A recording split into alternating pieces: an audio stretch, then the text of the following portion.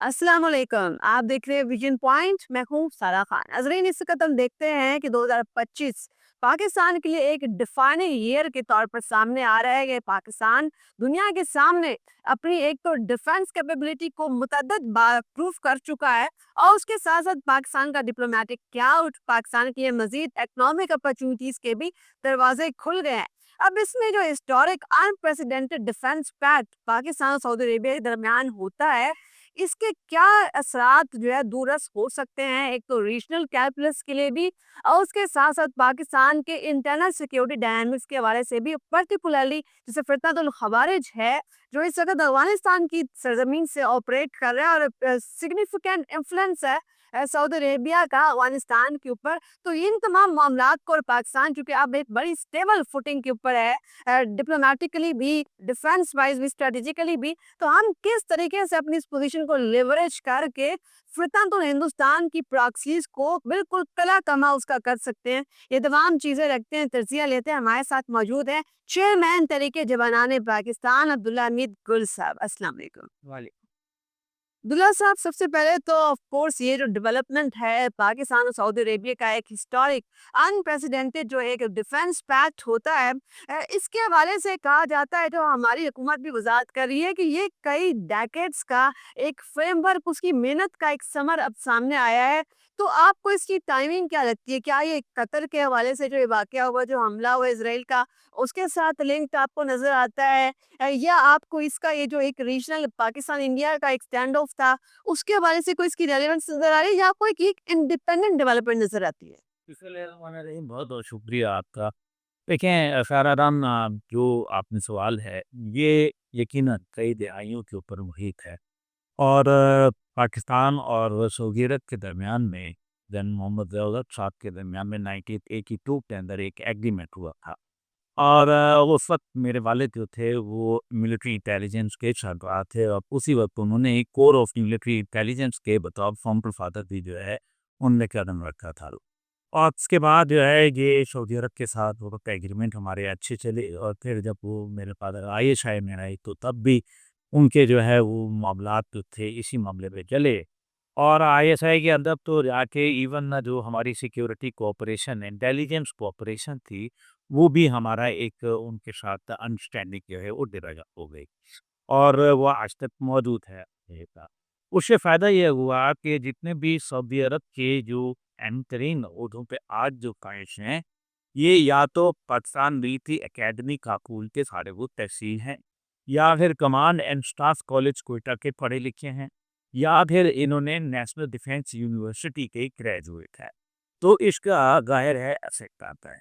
फिर इसी तरीके से जॉइंट मिलिट्री एक्सरसाइजेज जो हैं एक-एक माह की, हमारे जो गैजेट्स का इलाका है बहावलपुर और उसके बगापा, उसके अंदर जो है वो सऊदी अरब के साथ में जॉइंट मिलिट्री एक्सरसाइजेज करते हैं हर साल, जिसके अंदर कभी पाकिस्तान जो है वहाँ जाता है और कभी जो है वो यहाँ आते हैं।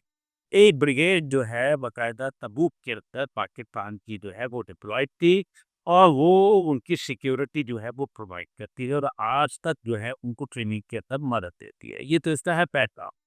अब ये कई दिहाइयों की, अब जब 9/11 होता है तो उसके बाद अमेरिका जो है वो बहुत एक एग्रेसिव पॉलिसी इस्तेमाल करता है, और उससे पहले क्योंकि वो गल्फ के अंदर जो है वो सद्दाम हुसैन वगैरह के मामलात को जो है ऑपरेशन डेजर्ट स्टॉर्म के जरिए वो ख़त्म कर चुके थे। लीबिया को उन्होंने न्यूट्रलाइज कर दिया था, वहाँ जो है मोहम्मद गद्दाफी साहब चले गए, इधर जो है सद्दाम हुसैन चले गए, और जो ये तमाम मामलात हुए, इससे ज़ाहिर है अरब दुनिया के अंदर एक सरासीमगी और एक खौफ जो है वो पैदा हो गया। देखिए, क्योंकि इज़राइल जो कि अमेरिका की एक प्रॉक्सी है, उसके ज़रिए वो वहाँ काम कर रहे थे और दिन ब दिन इज़राइल को ताकतवर कर रहे थे।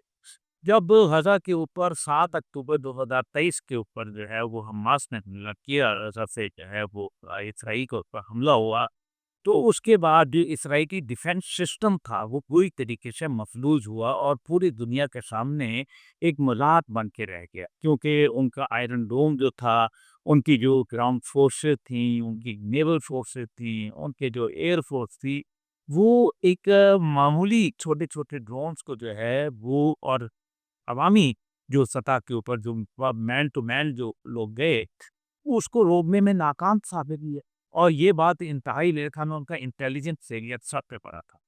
اس کی بنیاد کے اوپر اسرائیل کو مستقل جو ہے امریکہ نے جو ہے پھر وہ کمک دینا شروع کر دی، اور ان کو ٹریننگ اور بے بہا پیسہ دیا۔ اس سے یہ ہوا کہ اسرائیل نے خطے کے تمام ممالک جن سے ان کو خطرہ تھا، ان کو چن چن کے جو ہے وہ مارنا شروع کر دیا۔ یمن کے اوپر کیا، شام کے اوپر کیا، لبنان پہ کیا، یہاں جو ہے وہ عراق پر کیا، اور پھر اب قطر کے اوپر آ گئے۔ اور پھر یہ قطر کے اوپر آئے تو قطر وہ ملک تھا جس نے امریکہ کو جو ہے باقاعدہ وہاں افغانستان سے اخلاء کرنے میں مدد دی تھی، اور دوحہ مذاکرات ہوئے تھے۔ یہ تو بالکل ایک سینٹر آف ڈپلومیٹک ایکٹیویٹیز، ایسا کیپٹل آف ڈپلومیسی کے طور پر قطر دنیا کے سامنے کام کر رہا تھا، اور وہ بھی محفوظ نہیں رہ سکا جب اسرائیلی ایگریشن سے۔ اب ہم یہ دیکھتے ہیں کہ جب یہ ہسٹورک ایگریمنٹ پاکستان اور سعودی عربیہ کا ڈیفنس پیکٹ ہو چکا ہوا ہے، جس میں نیٹو والی شک بھی دونوں نے بلکہ باقاعدہ انووک کیا ہے کہ ایک پر حملہ دوسرے پہ حملہ کنسیڈر کیا جائے گا، باقاعدہ انڈیا کے اندر بڑی تشویش اس کے حوالے سے پائی جا رہی ہے۔ انڈین ایکسٹرنل منسٹری نے باقاعدہ کہہ دیا ہم اس کو اسٹڈی کریں گے۔ تو اس کو اتنا زیادہ خطرہ بھارت اپنے لیے کیوں سمجھ رہا ہے؟ یہ تو جب پاکستان سعودی عربیہ کی اسٹیبلش بردرلی ریلیشنز آپ نے بڑا جامع بتایا، اس کی ایک تاریخ ہے، بھارت اس وقت کیوں اتنا انسیکیور ہو رہا ہے؟ دیکھیے، بھارت کو انسیکیور ہونے کی بہت ساری وجوہات ہیں۔ پہلی بات یہ ہے کہ جس طریقے سے ایک بنیاد و مخصوص میں کامیابی کے بعد بھارت کو آڑے ہاتھوں لیا گیا ہے ڈونلڈ ٹرمپ کی جانب سے، اور تقریباً 40 دفعہ بےعزتی جو ہے وہ اس کی ہوئی، تو اس کے بعد جو ہے بھارت جو ہے وہ ایسولیشن کا شکار پڑا، کیونکہ ظاہر ہے امریکہ ایک سپر پاور ہے، اور سپر پاور کا جب موڈ بدلے تو باقی جو چھوٹے ممالک ہوتے ہیں وہ بھی اپنے رخ بدل دیتے ہیں، عوام کے تبدیل ہوتے ہیں۔ بھارت کو یہ تھا کہ ایک طرف سے روس بھی اس سے ناراض ہو چکا تھا، کیونکہ وہ ایک طرف جو ہے وہ یوکرینین تیل اور وہ سارا جو آپ کے سامنے ہی ہے، اور پھر امریکہ کے سامنے بالکل ہی سرنڈر کر دینا، یقیناً روس کے جو اسٹریٹجک اور جو ڈیفینس اور پولیٹیکل اور اس کے علاوہ جو ان کے فائنینشیل انٹرسٹ تھے ان کے اوپر ایک بہت بڑی تھرد تھی، جس سے روس بھی ہوا۔ پھر چین کا جو ہے وہ پاکستان کے ساتھ قربت اختیار کرنا، اور چین کا سپر پاور اپنے آپ کو ڈھیر کر دینا، اور پاکستان آپ دیکھیں کہ چار جو ہیڈ آف دا اسٹیٹس تھے وہ جب ٹینمن اسکوائر کے اندر پریڈ ہوئی تھی 8 ستمبر کو، وزیر اعظم پاکستان، نیوکلیر پاکستان، پھر اس کے بعد جو ہے نیوکلیر نارتھ کوریا کے کم جونگ ان، پھر نیوکلیر چائنا کے جو ہے وہ شی جن پنگ، اور پھر نیوکلیر رشیا کے ولاڈیمیر پوٹن۔ تو یہ چار لوگ سامنے آئے تھے، یہ یہ ایسی بات نہیں تھی۔ اس کی بنیاد کے اوپر جب اسرائیل کے ساتھ اب دیکھیں نا، اسرائیل نے جب حملہ کرتا ہے قطر کے اوپر، تو قطر سمیت تمام اسلامی ممالک جو ہے وہ ایک دفعہ جو ہے وہ بالکل جس کو کہتے ہیں نا کہ شوق میں آ جاتے ہیں، اور وہ یہ دیکھتے ہیں کہ امریکہ کا اسلحہ ان کو جو ہے حفاظت تو دے سکتا ہے، لیکن امریکہ نیت میں رکھتا ہے یہ کام کرنے میں، اس کی نیت خراب ہے، اور اگر وہ کو عرب دنیا یا کسی اور کو جوڑنا پڑا، اسرائیل کو جوڑنا پڑا، تو وہ اسرائیل کو چنے گی، یہ بات طے ہو گئی۔ اسی بنیاد کے اوپر پاکستان کا ڈیفنس ایگریمنٹ ہوتا ہے، ڈیفنس اینڈ اسٹریٹجک ایگریمنٹ، اور اس میں یقیناً کئی عرصے کی، لیکن آپ کو یاد ہوگا کہ شہزادہ محمد بن سلمان جو تھے انہوں نے ایک اسلامی آرمی کا کانسیپٹ کیا تھا، اور ہمارے فوج کے سابق سربراہ جناب جنرل وحید شریف صاحب وہاں لے گئے، اور آج بھی وہ وہاں موجود ہے، ان کا بڑا کردار ہے۔ اب جنرل وحید شریف صاحب کا وہ جو بات تھا وہ عمل کہیں سامنے نظر نہیں آیا، اور اس کا مطلب یہ ہے کہ شہزادہ سلمان صاحب جو تھے وہ کہیں کسی مسلک مصلحت کا یا دباؤ کا شکار ہوتے، لیکن جب یہ حملہ ہوا تو اس کے بعد انہوں نے کہا کہ صرف پاکستان ہے عالم اسلام میں جو ہمیں بچا سکے، یہ سارا تصور سے بڑا ضروری ہے۔ اب جب شہزادہ سلمان صاحب دیکھتے ہیں تو ترکیہ بھی ایک بہت بڑا ملک ہے، اور اس کے پاس ایک بہت اچھی فوج ہے، اس کے پاس بہت اسلحہ موجود ہے، لیکن ترکیہ نیٹو کا الائنس ہے، اور دوسری بات یہ ہے کہ ترکیہ جو ہے اس کے مراسم ہیں اسرائیل کے ساتھ ڈپلومیٹک، اور ان کے ساتھ جو ہے ان کے ٹریڈ ریلیشن ہے، تو ترکیہ سائڈ پہ ہو کیا ایران جس نے براہ راست جو ہے اسرائیل کے ساتھ ٹکر لی، وہ بھی ایک بہت امپورٹنٹ ملک ہے، لیکن اس کی کوئی ایئر فورس نہیں ہے، اور اس کا کوئی دفاعی نظام موجود نہیں ہے ماں سوائے میشائل سسٹم کے، تو خدا پال نکلا پاکستان کے نام پہ۔ انڈیا آپ کیوں پریشان ہو رہے ہیں؟ इंडिया ने एक बहुत बड़ी इन्वेस्टमेंट की है यूनाइटेड अरब एमिरेट्स के ऊपर और सऊदी अरब के ऊपर। आपको याद है कि जब जेडी वैंस से तहलकान का वाक़या हुआ, तो जेडी वैंस को वहाँ अमेरिका छोड़ के, वहाँ इंडिया ने छोड़ के इस नरेंद्र मोदी जो है वो सऊदी अरब यात्रा पे चला गया। और सऊदी अरब में ये था कि क्योंकि वहाँ बहुत सारे लोग और बहुत सारी सऊदी जो इंडियन कंपनीज़ हैं वो काम करती हैं। लेकिन इंडिया के लिए ये इसलिए एक नाइटमेयर है, एक डरावना ख्वाब है, क्योंकि पाकिस्तान पर जब दिफाई और स्ट्रेटेजिक रिलेशन कायम हो गया, तो फिर इंडिया आउट नंबर हो जाए। है ना कि तू कौन और मैं खामखा, तो फिर वो उनकी पोजीशन खामखा होगी। गुलामीर गुल साहब, इसमें एक और चीज़ भी इलैबोरेट कीजिएगा कि जो फितनतुल हिंदुस्तान, भारतीय स्पॉन्सर्ड प्रॉक्सीज़ जो पाकिस्तान के अंदर काम कर रही है सबवर्जन के लिए, आपको क्या लगता है इसमें से टीटीपी ने भी हमें जो है वो बहुत ज़्यादा कैजुअल्टीज़ और हमारे जवानान की जो अमवात हो रही है, जो शहीद हो रहे हैं, इसमें टीटीपी फैक्टर भी बड़ा डिसाइसिव है। क्या आपको लगता है कि इस पैक्ट के बाद सऊदी अरेबिया अपना इन्फ्लुएंस एक्सर्ट कर सकता है? टीटीपी फिनोमेना के हवाले से अफ़गानिस्तान के ऊपर, चूँकि अफ़गान सरज़मीन इस वक़्त हमारे खिलाफ इस्तेमाल हो रही है, तो इस वक़्त उसका फ़ायदा हमें, इसका इम्पैक्ट यहाँ पर हमारे इंटरनल सिक्योरिटी डायनामिक्स में भी नज़र आएगा हमें। देखिए, अफ़गान जो मुजाहिदीन की जब हुकूमत थी, और तब तक तो सऊदी अरब का एक बहुत इन्फ्लुएंस था। लेकिन उसके बाद जो है शहज़ादा तुर्की फैसल, जो शाह फैसल के बेटे, और उस वक़्त जो है इस्तिख़बारात, जो इंटेलिजेंस थी, जीआईडी जिसको कहते हैं, सो भी उसके वो सरबराह थे। और उनके साथ जो है वो कोई एक अच्छा तालिबान का जो रवैया था वो नहीं था, और वो एक नाखुशगवार वाक़या था, जिसके ऊपर सऊदी अरब बहुत दूर हो गया तालिबान हुकूमत से। इसी वजह से अभी मौजूदा सूरत हाल में आप कहीं भी सऊदी अरब का अफ़गानिस्तान में देखा कि कोई ऐसा किरदार नहीं नज़र आया। ख़ास तौर पे जब इन्फ़्ला हुआ अमरीकी फ़ौज का और बाकी रीजन कोalition फ़ोर्सेस का अफ़गानिस्तान से 25 सितंबर 2021 को, तो उसके बाद सऊदी अरब ने बाकायदा जो है वो 1 मिलियन दिरहम का जो है, या 1 बिलियन दिरहम का, सॉरी, 1 बिलियन दिरहम का जो है वो रियाल का ऐलान किया था कि हम असिस्टेंस भेजेंगे। पाकिस्तान में ये सरबराही कॉन्फ्रेंस हुई थी, ओआईसी का एक हंगामी इजलास जो है वो अफ़गानिस्तान के हवाले से तर्क किया गया। लेकिन फिर वो मामला मैच्योर नहीं हुआ। इसी बुनियाद के ऊपर तालिबान पे अपने आप को सऊदी अरब उस तरह से असर्ट नहीं करवा सकता, जिस तरह से वो मादी में करवाया करता था। लेकिन इसका फ़र्क है, क्योंकि बहुत सारे लोग जो है वो सऊदी अरब जो है वो उम्रा और ज़ायरीन के तौर पर जाते हैं अफ़गानिस्तान से। और दूसरी जानिब जो है, बहरहाल सऊदी अरब एक बड़ा मुल्क है। उसका अपना एक माज़ी का एक बहुत बड़ा अफ़गानिस्तान में किरदार है। मेरी नज़र में तकरीबन 50% हेल्प जो अफ़गान जहाद के अंदर, जिसको हम कहते हैं कि ये तो अमेरिका की जंग थी, कोई अमेरिका की जंग नहीं थी। ये पाकिस्तान की जंग थी, और सऊदी अरब में उस टाइम पे 50% जो है थी, वो अफ़गान जहाद के अंदर सऊदी अरब। इसका मतलब ये हुआ कि कुछ हद तक क्लाउड वो एक्सर्ट कर सकता है। जहाँ तक क्लाउड मौजूद है, लोगों के अंदर एक एहतियात का ज़रूर रिश्ता है अफ़गानिस्तान। चूँकि ऐसी वही जो है, ज़ाहिर है पीटीपी जो है वो एक फितनत ख़वारिज है। वो एक उनका मुसलमान होने से कोई ताल्लुक नहीं है। उनका जो है किसी पाकिस्तान से या किसी भी कौमियत से, रंग, नस्ल से कोई अच्छा, अगर वो नहीं है, दहशतगर्द है। अगर वो दहशतगर्द हैं, अगर वो ज़ालिम हैं, अगर उनका जो है इस्लाम से, पाकिस्तान से, पाकिस्तानियत से कोई ताल्लुक नहीं है, तो फिर यहाँ पर जिसकी खैबर पख्तूनख्वा में जो एक हुकूमत भी बैठी हुई है, वो जो जमात है, वो मुसलसल एक फ़ेवरेबल ओपिनियन फितनतुल ख़वारिज के हवाले से क्यों बना रही है? हर कायनाती ऑपरेशन की मुखालफत भी कर रही है और बाकायदा ये कह रही है, ये तो हमारे अपने लोग हैं, हम इनको क्यों मार रहे हैं?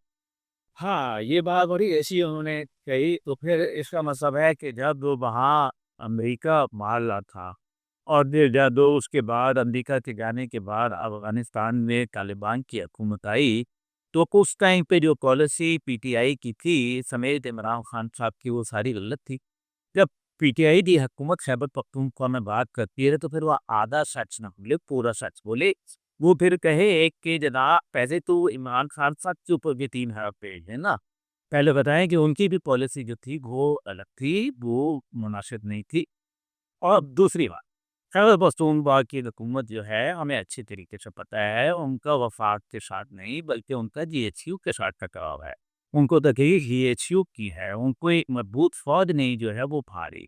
उनको जो है पाकिस्तान और सऊदी अरब के दरमियान दिफाई एग्रीमेंट नहीं भारा। उनको फील्ड मार्शल साहब का दौराना जो व्हाइट हाउस में दिया जाता है वो उनके पेट में मरोड़े दे रहा है। उनको जो है वो ये प्रॉब्लम है कि पूरी दुनिया के अंदर जिसको वो ये कह रहे थे कि शहबाज शरीफ साहब की मैं बहुत सारी चीज़ों पे इख्तिलाफ़ें रहे होता हूँ शहबाज शरीफ साहब से, इसमें कोई शक नहीं है। लेकिन जिसको वो कहते थे 27 किलोमीटर तो अब वज़ीर-ए-आज़म है, आज वो जो है कई हज़ारों किलोमीटर के ऊपर जो है उनकी इज़्ज़त बढ़ रही है और उनकी की बात नहीं है, पाकिस्तान की इज़्ज़त पाकिस्तान की इज़्ज़त की बात है। अगर मेरे पाकिस्तान के जहाज़ एयर फ़ोर्स वन को सऊदी जहाज़ जो है वो घेरे में लेके सलामी पेश करें, मेरे पाकिस्तान के वज़ीर-ए-आज़म को नेशनल गार्ड जो हैं वो वहाँ सलामी पेश करें, मेरे पाकिस्तान के वज़ीर-ए-आज़म को अगर सऊदी अरब के गार्ड जो हैं घोड़ों के ऊपर जिधर एक पे पाकिस्तान और एक पे सऊदी अरब का परचम लहरा रहा होता है और शहज़ादा सलमान जो हैं वो उनके लिए जो है हाथ हिलाए जो है बाहर खड़े होते हैं और उनका इस्तकबाल कर रहे होते हैं, तो ये मेरे पाकिस्तान की इज़्ज़त है। ये मेरे पाकिस्तान की इज़्ज़त है कि जब हमारे हक में पता याद होते हैं, तो हमारे हाजियों को 10 बजा-बजा के सऊदी इस्तकबाल करते हैं। ये अगर किसी के पेट में मरोड़ उठने हैं और उसकी वजह से वो अफ़गान प्रस्ताव की जो है हमायत कर रहे हैं, अफ़गानिस्तान की हमायत और बात है, दहशतगर्दों के लिए खैबर पख्तूनख्वा ने क्या किया है? क्या अली अमीन गड्डापुर साहब का जो इलाका मौजूद है, क्या अली अमीन गड्डापुर साहब से कोई ये पूछे कि आपके इलाके में असर के बाद कोई बाहर नहीं निकल सकता, सुबह फिर सादिक तक, तो फिर इसके ज़िम्मेदार कौन है? आपकी सिक्योरिटी कमज़ोर है। अब देख लीजिए कि किस तरीके से पारा-चिनार का अंदोनाक वाक़या हुआ। लोगों को शिवा दतिया क्या और वज़ीर आला जो थे वो यहाँ इस्लामाबाद में जो है यहाँ धनों में नाच रहे थे। ये कौन-सा तरीका था भाई? ये कोई आपकी मसासमत हो, औज़ाइश से इख्तिलाफ़े राय रखें। आप जो है हुकूमत से इख्तिलाफ़े राय रखिए, मेरे भी होती है इख्तिलाफ़े राय। लेकिन उसका ये मतलब नहीं होता कि मैं जाके फितनतुल ख़वारिज की जो है पीठ ठोंकना शुरू यानी कर इसका मतलब ये नहीं है कि आप रियासत के खिलाफ जो एक महाज़ जंग का गरम किया गया है, उस जंगी महाज़ में अपनी रियासत के खिलाफ एक फ़रीक बन जाए। एक और भी एक सबवर्सिव एलिमेंट जो हम इन दिनों में देख रहे हैं उभरता हुआ, अवामी एक्शन कमेटी आज़ाद कश्मीर के अंदर जो शर-अंगेज़ी कर रही है, उसको पॉलिटिकल एक्टिविज़्म का नाम वो दे रहे हैं और सिर्फ़ भारतीय बयानिया जो इस कश्मीर के हवाले से जो नैरेटिव दुनिया में वो बेचते हैं, उसी को तकवीत जो है सख्त मिल रही है। भारतीय मीडिया जिस तरीके से अवामी एक्शन कमेटी की एक्टिविटीज़ को कवर कर रहा है, ये फिनोमिना इसके पीछे आप क्या देख रहे हैं? कहाँ तक जाता देख रहे हैं? देखिए साधारण मैं अलबन आपके साथ इंटरव्यू में कुछ अर्सा कबल ये बात कर चुका था कि अब कश्मीर की बारी आएगी और अब देख सी क्योंकि बलूचिस्तान तो दूर है उसके साथ तो कोई आपका जो है सनद नहीं लगती। देखिए मौजूदा कश्मीर के ज़रिए वो कश्मीर तक जो है अपनी जो है इंग्रेस रखते हैं। आप ये बात बड़े सोचने की है कि इस टाइम पे भारत ने पिछले जो चंद साल हैं 3-4 साल उसमें कोई 12 अरब रुपया जो भारतीय है वो लगा है ताकि लोगों के ज़हनों को तब्दील किया जा सके।